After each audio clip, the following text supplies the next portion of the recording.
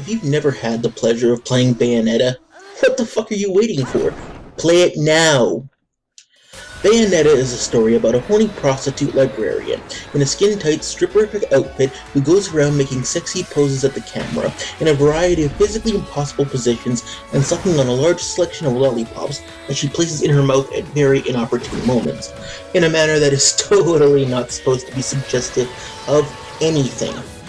And it is glorious. It's like 1,000 otaku wet dreams coalesced into one simpering, wet, sweaty mass of pure, undiluted pandering. So naturally, many feminists don't like it. Because any game that uses sexy half-naked characters who strut around is extremely problematic and a sexist indictment of our culture. I think I'm cute. I know I'm sexy. I've got the look that drives a girl wild. I've got the moves that really move them. I said chill, up and down their spine. I'm just a sexy boy. I'm not your boy toy. I'm just a sexy boy. I'm not your boy toy. Sorry, I forgot to mention, only when the character is female. And now that the sequel has just been released, to the delighted squishy sounds of a million massively fapping fanboys, I finally have a reason to buy a fucking Wii U.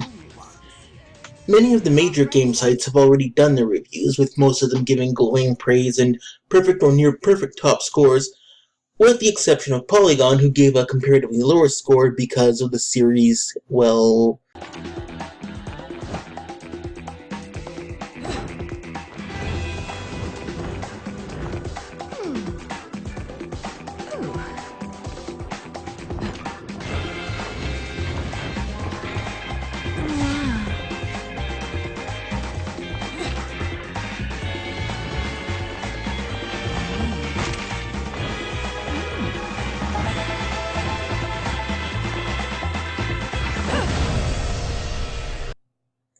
yeah, pretty much that. Really? It takes a mental compromise to enjoy a game just because it has sexy stuff in it? Huh. You know, this is kind of endemic of something that I've noticed a lot from a certain type of person. I was having a talk over Twitter just recently with someone who was trying to tell me that he thought it was bad to have a lot of unnecessary sexual content. But what exactly is unnecessary supposed to mean in this context? Sex sells, so if you want to sell a game, then certainly some degree of sexual titillation is necessary, not to mention desired by your target audience. And if you want to make a game centered around sexy, campy, over-the-top fun, then you're obviously going to require a lot of campy, silly, over-the-top sexuality. So it would seem, in the case of a game like Bayonetta, that it would in fact be necessary. But we'll get to that later. Let's focus on the femfucks for a minute. Easy Anita has already began voicing her opinion.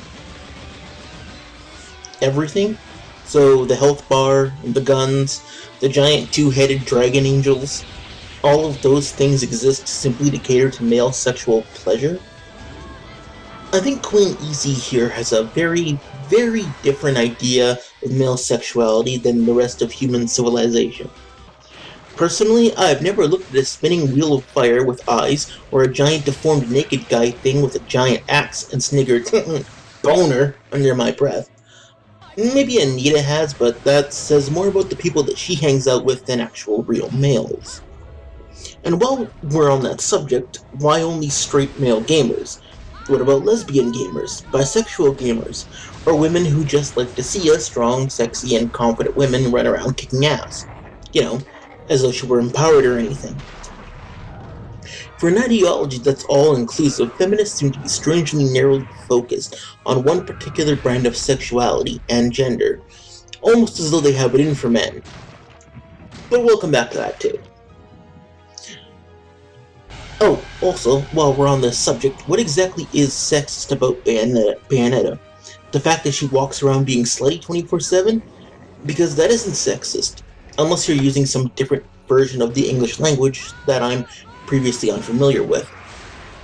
So why is this empowerment of women, while this is sexism and male gaze. I'm just saying that I'm getting the bizarre impression that there's some kind of double standard at play here. But whatever one's own thoughts on the matter are, I think we can agree there's a difference for fictional characters. Real people have free will and choose what they want with their bodies. Fictional characters, on the other hand, have no choice in the matter. They are depicted as they are because someone else wrote them and drew them in a particular manner. That's why it irritates me when characters are reduced to being sex objects, be it... Oh, I see. So it's because fictional characters have no agency, unlike real people. Yeah, could it be because they're fictional?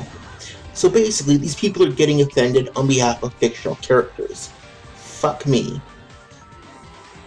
This is actually pretty much the same thing that John McIntosh was just saying about Bayonetta.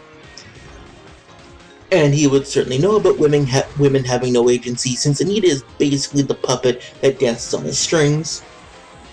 But I digress. So, okay, let's break this down for a moment.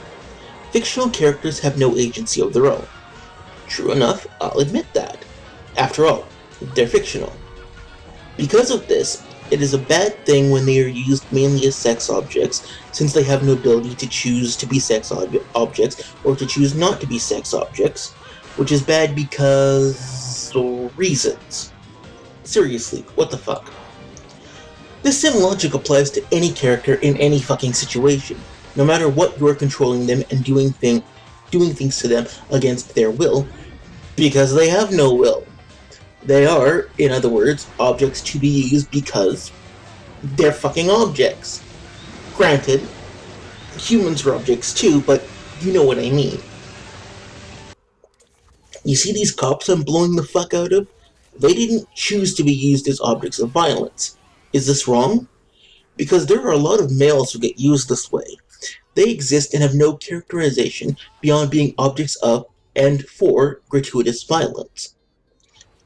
By this same weird feminist logic, they should have a problem with that. What about Mario in the original game? Mario is used and treated only as a tool to rescue and serve the princess. He exists only to rescue and serve her, with no other motivations beyond her own needs.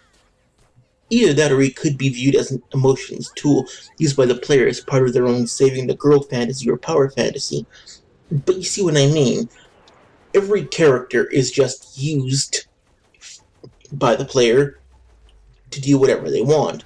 So their problem is not actually with Bayonetta or sex or anything. Their problem is just with, essentially, well, fiction and creativity. Now, not every character in fiction is a deep and multi-layered masterpiece. In fact, you really can't make every character like that. So yes, there will be some who are only used for a particular purpose. Sometimes it will be sexual, sometimes violence, sometimes utility. All characters in fiction are used to tell the story that the author wants to tell. And every tale is worth telling, even if it's not a tale that's intended to be some great epic. And I'll note again that this only seems to apply to female characters. In fact, if you've ever watched Linkara's show, you'll see very quickly that it only applies to female characters. You can sexually exploit the fuck out of male characters for all he gives a damn. And speaking of sexually exploiting female characters, aren't they doing the same thing, really? There's no real need for Linky to be showing these images of the sexualized women, and when Queen Easy does her video on fighting fuck toys, you know that she's going to have fun showing all of the sexy poses Bayonetta gets herself into, and showing every frame captured by that sexist and horrible male gaze. Now, you could of course make the case that they're just using this as a visual aid to highlight the sexism, but they're still using these sexualized images without the consent of the subjects. They're using these images of women as sex objects too. The only difference I can see is that whereas most people use them as sex objects for fun and fapping, they're using them as sex objects to advance their own goals and ideologies, and to impose them on others. I'll leave you to decide which is the more objectionable. I've already put far more thought and effort into this subject than these bozos ever did. Though now that I think about it, this does reveal an interesting pathology of the social justice character. They don't only have to be offended, they have to announce to everyone exactly what offended them, and show it around for everyone else to be offended as well. Like when Anita got that child porn sent to her, and she immediately tweeted it to all her followers before reporting it to the authorities.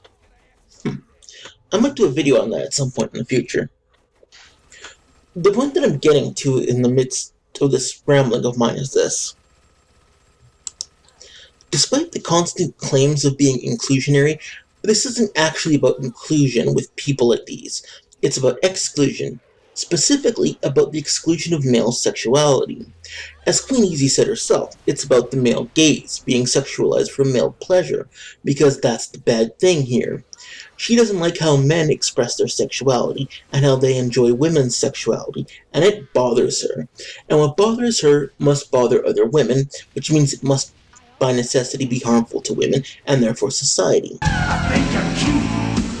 I know I'm sexy. I've got the look that drives a girl wild. I've got the moves that really move them. I said chill up and down their spine. I'm just a sexy boy. I'm not your boy toy. I'm just a sexy boy. I'm not your boy toy. Let me play one last clip from Linky here. Of course it's okay for characters to have sexuality to them. It all comes back to how it's written and how it's presented to the reader. Here are two examples of characters having sexuality, both very different in how they're handled though. One example, Starfire and Nightwing in New Teen Titans clearly sharing a bed together and that they sleep in the nude. Another example, Wolverine comes into Ultimates 3 to tell a story about how he once had sex with Magneto's wife and her impossible spine. One of those is perfectly in character and logical. The other is the pointless, idiotic Wolverine scene. Why is the second scene pointless? Because he says that it is. He thinks that it adds nothing to the story except just having sex, which may or may not be the case, but here's the big question. So fucking what? Some people just want pointless sex, pointless violence, or pointless sex and violence.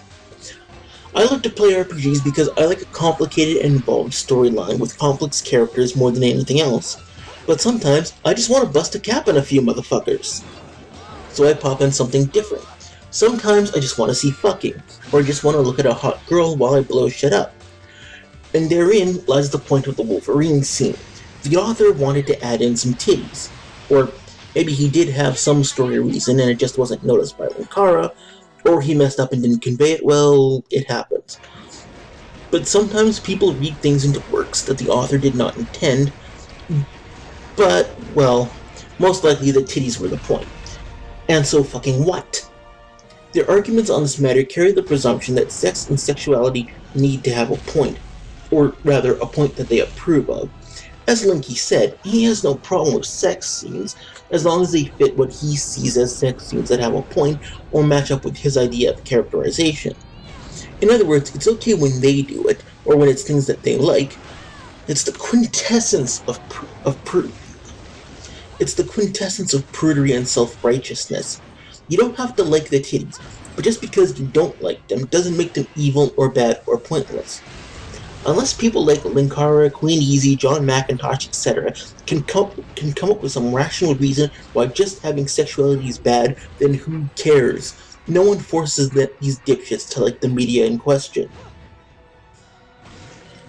If a character like Bayonetta, who is designed by a woman by the way, running around doing flips and acrobatics, showing off her sexy bits, and getting people hot is really such a bother to you, then the people making the game clearly weren't making it for you.